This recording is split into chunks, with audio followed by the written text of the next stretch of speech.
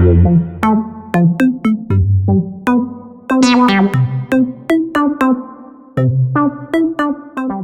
guys, welcome to the new series, Movie and TV Show Reviews. I'm Ian Pierce, and I'm going to be reviewing the TV show WandaVision. WandaVision is a TV show that is interconnected with the Marvel Cinematic Universe, or MCU for short. Also, before I start talking about the show, I'd like to say that there is a spoiler warning since I'm going to be talking about the entirety of the whole show.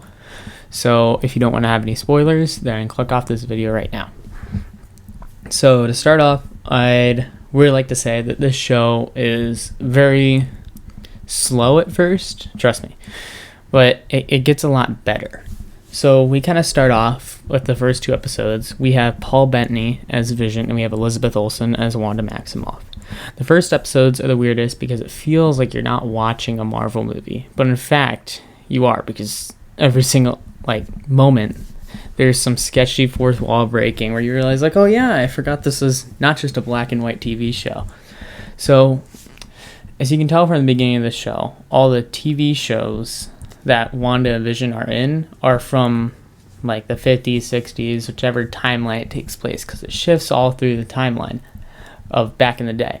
So some of the TV shows might be the Dick Van Dyke Show, the Modern Family, the Brady Bunch. They all have similar references to the TV show in the episodes. So if that's your type of thing, it's definitely something that you might want to check out. As we move to the next episode, which is episode 3, the episodes are now in color. So we get more detail also of the character Agnes. She is the next door neighbor, and you see her develop a sly type of character, which has something to hide, really. She's always all secretive, but there's always one thing you be she's kind of off. And you also get more information that this isn't really the real world, and that there's something suspicious really going on. And so we then move on to the next episode. Episode 4 really starts off in the past, and it's actually the real world. So it's taking place right after the blip, which if you haven't seen Endgame, which I recommend you should, you'd know what the blip is.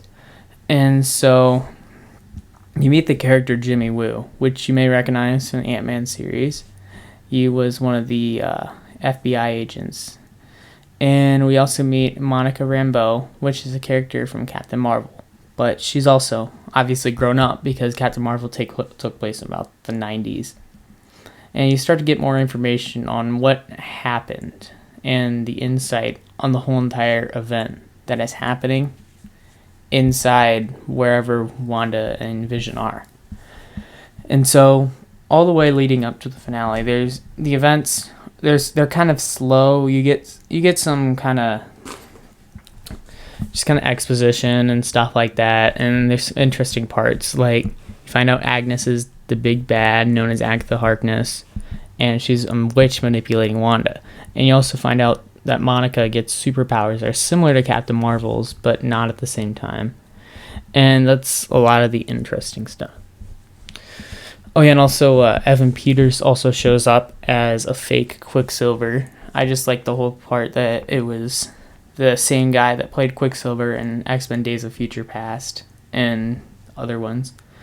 And the real thing that's the deal breaker for me is that the finale is kind of meh. You get characters such as White Vision from the comics, which is kind of a callback, I guess. It's kind of cool, but he's not in there long. You also get an original-looking Scarlet Witch costume, and she's also is called Scarlet Witch at one point, which is kind of like a yay woohoo type moment. And then there's some fighting with glowing magic orbs and all that stuff, and that's really all about it. The ending feels kind of predictable.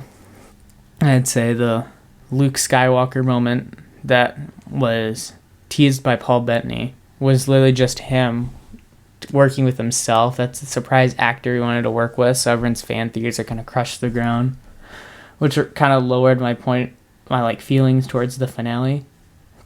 But my personal favorite part was really the after credits scene, which had Wanda in a cabin using her astral projection, which is what Doctor Strange uses.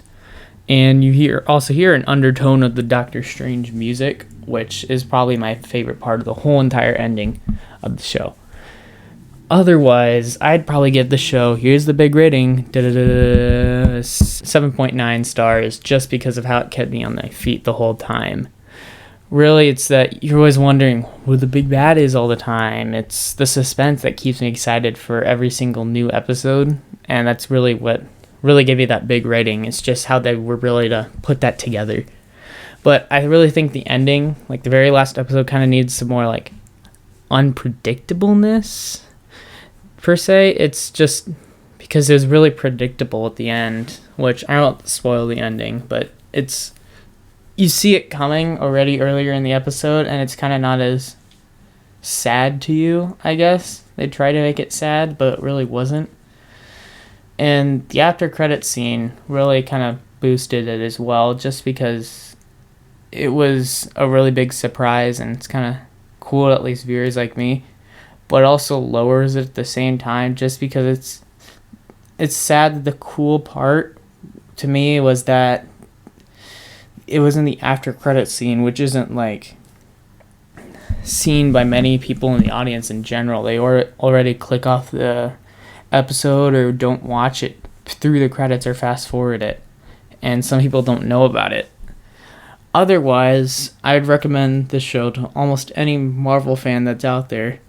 Now, I will say that there's a disclaimer that's really hard to get into, but it's still a wonderful show with great music, especially the credits. Credits music is probably the favorite part. You just sit there and kind of jam out to it. It was written by Christoph Beck, which also did the Frozen series as well as Buffy the Vampire Slayer, and he's known for many other works as well. And the visuals and aesthetics were just totally amazing, and it's a really well thought out show, and I really hope that you try it out and watch it. So tune in next time for our review of Zack Snyder's Justice League. That'll be our next one. I've been Ian Pierce. Thanks for watching.